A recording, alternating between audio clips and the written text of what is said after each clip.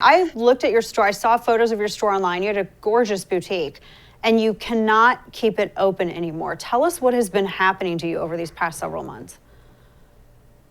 When I first opened at the Beverly Center, it was important for me, I thought, to be in a place where I had good co-tenants. We were next to Tiffany's, across from Versace. And of course, I have brands from all around the world where you find in Harrods, Harvey Nichols, and some of the best other retailers in the world. So our price points are quite high. And I started to discover that really there was really just no security there. There were a lot of grab and goes on the luxury side, on the 7th floor, on the 6th floor. And us being right next to the escalator, it really left us just completely open for someone to just come into the store, run down the escalator, and kind of escape, if you will.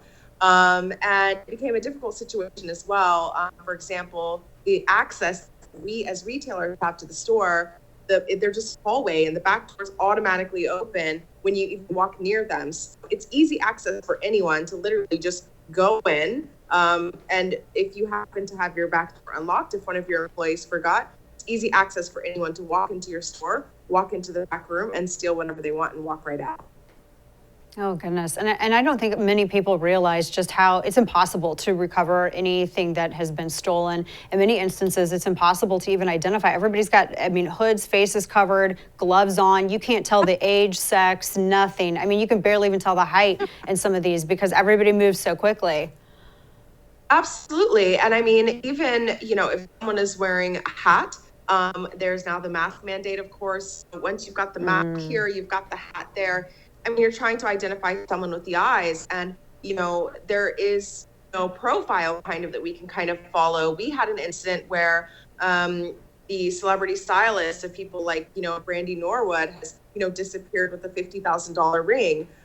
So it's this level of desperation that is unfathomable at this point. And when we are trying to deal with the police for these issues, even getting a police report done is often difficult. We had to speak to 3 different officers. We were told at first, file online. I'm like, it's a $50,000 ring. How can I go file online?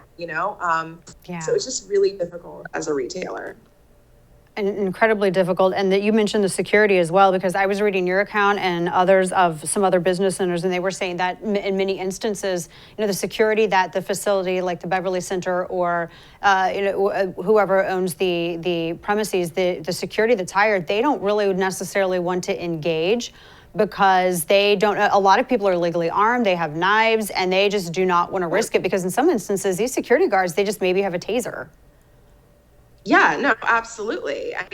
They don't want to engage because they don't, it seems like they don't really want to get involved because they don't know what they're getting involved to.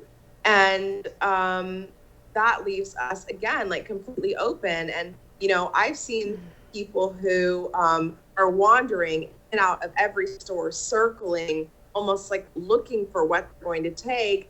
And the officers are just kind of like hunched over the glass rims. They're like, we're watching. And I'm like, okay, like, how is that helpful? Yeah, not helpful at all. Would you open a business again now, knowing, seeing everything? I can imagine, I don't know that I would right now with the way everything is, but what are your thoughts about the future and reopening your boutique? What's going to happen? Shopping luxury retail is such an important part of LA, especially Hollywood and all the events that we have, and we do have so much couture, and we have so much to offer LA, but it's about finding the right place. It's about figuring out how you can merchandise a store in a way where things aren't so easily accessible, and it's a really difficult landscape to navigate at this point. I do want to open something, but the where is very difficult right now. Yeah. So many business owners are in that particular position as well.